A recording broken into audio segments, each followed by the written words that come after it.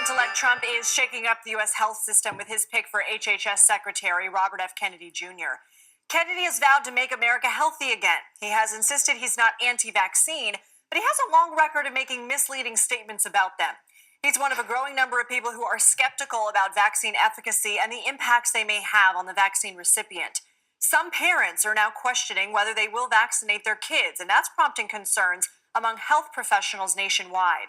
CBS News Chief Medical Correspondent Dr. John LaPook is here with me in Studio 57. Doctor, why are we seeing this increase in vaccine hesitancy, and what are parents telling you? Well, there's been vaccine hesitancy ever since there were vaccines. Benjamin Franklin went to his grave regretting that he didn't give an early form of the smallpox vaccine to his 3-year-old son, Frankie Franklin. Frankie Franklin. Believe it or not. And he ended up dying of smallpox.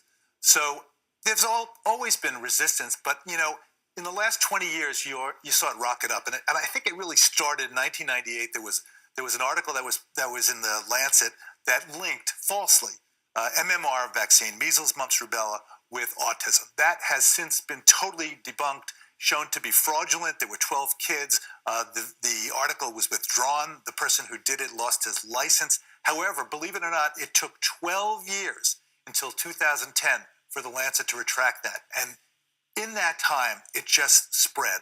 And there was this fear that, and it's since been shown in multiple studies not to be true, there was a fear that MMR, measles, mumps, rubella, caused autism, and it turns out that it doesn't. But think of all the time that was lost finding out what does cause it and maybe diagnosing it early.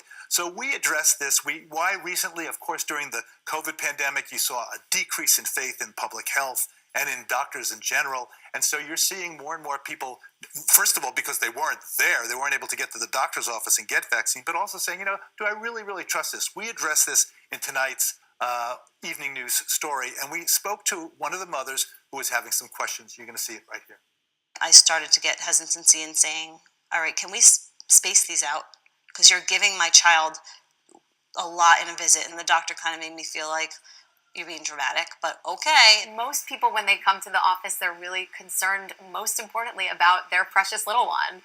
And so it becomes really important for us as doctors to communicate the safety and the efficacy of these vaccines. You hear some parents say, why do we have to have so many vaccines so soon? The reason why we present infants with immunizations early on in their life is because their immune system is really susceptible to not only viral but bacterial infections. So let's dig into this a little bit more, because tonight you also explore in your evening news piece this idea that kindergarten vaccination rates have fallen below the herd immunity level. Can you explain what that means and what the risks associated with that are? Yeah, so herd immunity means that, and it's felt to be 95% is needed for herd immunity for these childhood vaccinations, that so many people have been immunized that even the people who cannot get immunized, and those are people who are too young, the MMR generally is not given until 12 months of age. People who are immunocompromised, people who have cancer, people who have compromised immune systems so that even if they get vaccinated, they don't get a good immune response. Those people are protected because most of the people are immunized, and so therefore you're not going to have as easy spread of the virus or of the problem. And we're seeing it going down to 93, and of course the problem is then these childhood illnesses can pop up, and we are seeing this happen. Mostly in pockets, even though it sounds like 93% is a lot, it's much lower in various pockets of the United States where people are especially hesitant to have vaccinations, and we're seeing these outbreaks of measles and pertussis, which is whooping cough. Real-world examples of this theory. What does the process look like for federal agencies to approve and then recommend a vaccine? So that's, of course, a big question coming up right now with the incoming administration. And, the CDC, the Centers for Disease Control, are the people who actually make the recommendations. They have a committee, which is an advisory committee for immune practices, that gives them advice. It's supposed to be sort of an independent process that sort of above them should not be putting their thumb on that and saying, look, this is what we want you to do. However, in real life, there could be intentional and unintentional pressures put on these organizations that can sort of push them towards maybe recommending it one way versus another. We don't know that that's going to happen, but that is one of the fears. And then what is the process of changing or reversing a vaccine recommendation? Yeah, well, the CDC has the say and saying this is what we recommend, and this is based on this independent advisory board, and this is our recommendation. Now, it's only able to be sort of formally reversed by the CDC.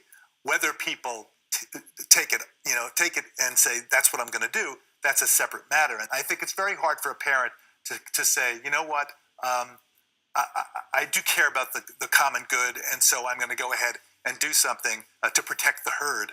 Right. But that's what we've done for years, and we've been 95% or more. But now you're starting to see that sort of creeping down. That's sort of the crux of the entire piece. I look forward to watching that on Evening News tonight. Dr. John LaPook, thank you.